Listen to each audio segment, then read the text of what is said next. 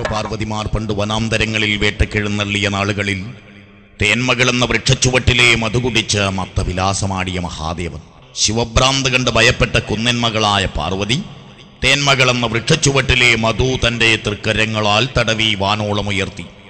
കുപിതനായി മുക്കണ്ണൻ ശ്മശാനവാസൻ ആടീ ചടുലതാണ്ഡവം തല്ലി തൻ തൃത്തുടമ്മേൽ പിറന്നു ദിവ്യനായ പുത്രനൊന്ന്. ഇതാതിദിവ്യന്റെ ഈഴവരുടെ തൊണ്ടച്ചൻ ദൈവത്തിന്റെ പിറവിയുടെ കഥ. എല്ലെല്ലാ മധുവനവും നീ ആടിക്കോ, കദളി മധുവനം നീ ആടണ്ട എന്ന പിതൃകൽപ്പന ഏതോരഭിശബ്ദ മുഹൂർത്തത്തിൽ ലംഘിക്കേണ്ടി വന്ന കുലവൻ പിതൃശാപമേറ്റ് ഭൂമിയിലേക്ക് ഇറങ്ങി വയനാട്ടിലെത്തി കുലത്തിൽ പെരുമയുള്ളോനായി ശ്രീ വയനാട്ടുകുലവൻ ദേവനായി മാറി.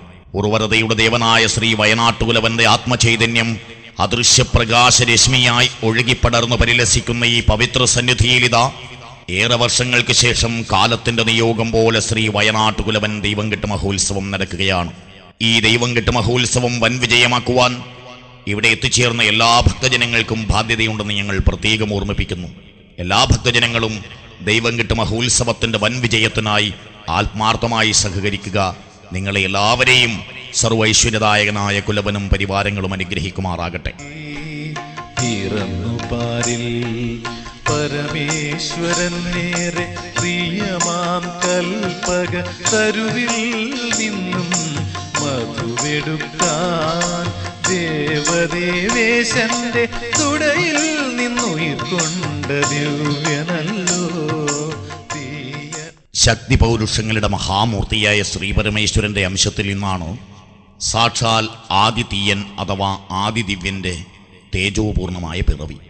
ഐതിഹ്യ കഥകളിൽ വർണ്ണശബളവും ഭാവനാപൂർണവുമായി പ്രകീർത്തിക്കപ്പെടുന്ന കൈലാസനാഥന്റെ നാനാ ലീലാവിലാസങ്ങളിലേക്കാണ് വയനാട്ടുകുലവന്റെ ഉത്ഭവകഥയുടെ വേരുകൾ നീണ്ടെത്തുന്നത്.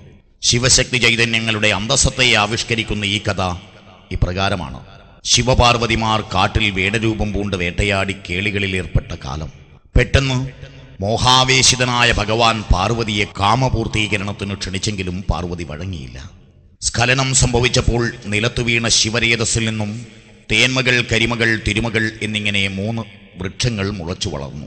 തേന്മകൾ എന്ന വൃക്ഷത്തിന്റെ ചുവട്ടിൽ നിന്നും ഒലിച്ചു വന്ന മധു ശിവൻ പാനം ചെയ്തു. മദ്യലഹരിയിൽ ലയിച്ച പരമശിവൻ മതോന്മത്തനായി താണ്ഡവ നൃത്തം ആരംഭിച്ചു. ഭയചകിതയായ പാർവതീദേവി തേന്മകളുടെ അഥവാ തെങ്ങിൻ ചുവട്ടിലെ മദ്യപ്രവാഹത്തെ കൈകൊണ്ടു തടവി വൃക്ഷത്തിന്റെ മുകളിലേക്ക് എത്തിച്ചു.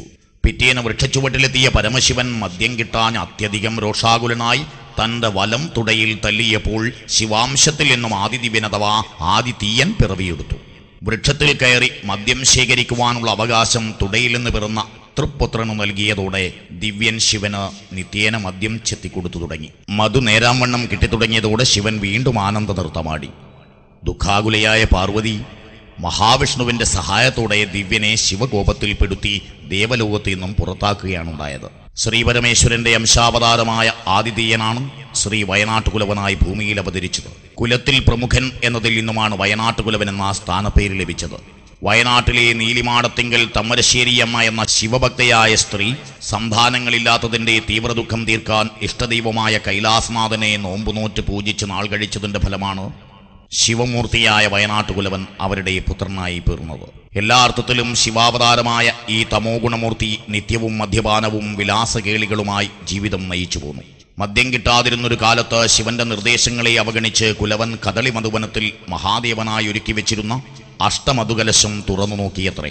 ശിവന് പൂജിച്ചു വെച്ച മധുകുടം നുകരാൻ ശ്രമിക്കുമ്പോൾ ശ്രീ മഹാദേവൻ തിരുവടി അതും കണ്ടുവന്നു.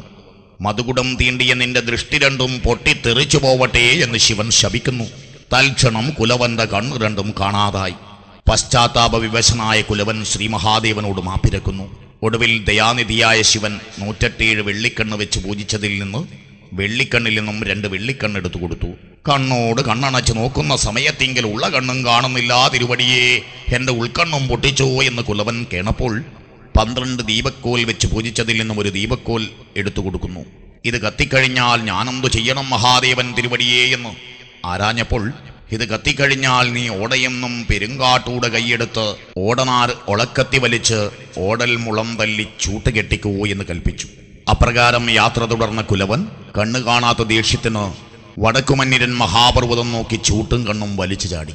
കണ്ണ് ചെന്ന് വീണത് ശ്രീ മഹാദേവൻ തിരുവടിയുടെ ഹോമകുണ്ടത്തിൽ, ചൂട്ട് ചെന്ന് വീണതോ ആദിപറമ്പൻ കണ്ണന്റെ മുറ്റത്ത്. പുര കത്തുന്നുവെന്ന് ഭയപ്പെട്ട കണ്ണന്റെ പ്രജ്ഞയിലേക്ക് ഇപ്രകാരം അരുളി ചെയ്തു: ചൂട്ടെടുത്ത് നിന്റെ കനിരാശിയിൽ വെച്ചോളൂ. ആദിമൂല പരദേവതയായിട്ട് പ്രായക്കാലത്ത് കുലസ്വരൂപത്തിങ്കൽ ദൈവം വയനാട്ടുകുലവൻ കരകയറ്റുന്നുണ്ടെന്ന് വെളിപ്പെട്ടു. അങ്ങനെയാണ് കുലവൻ ഈഴവരുടെ കുലദേവനായി മാറിയത്.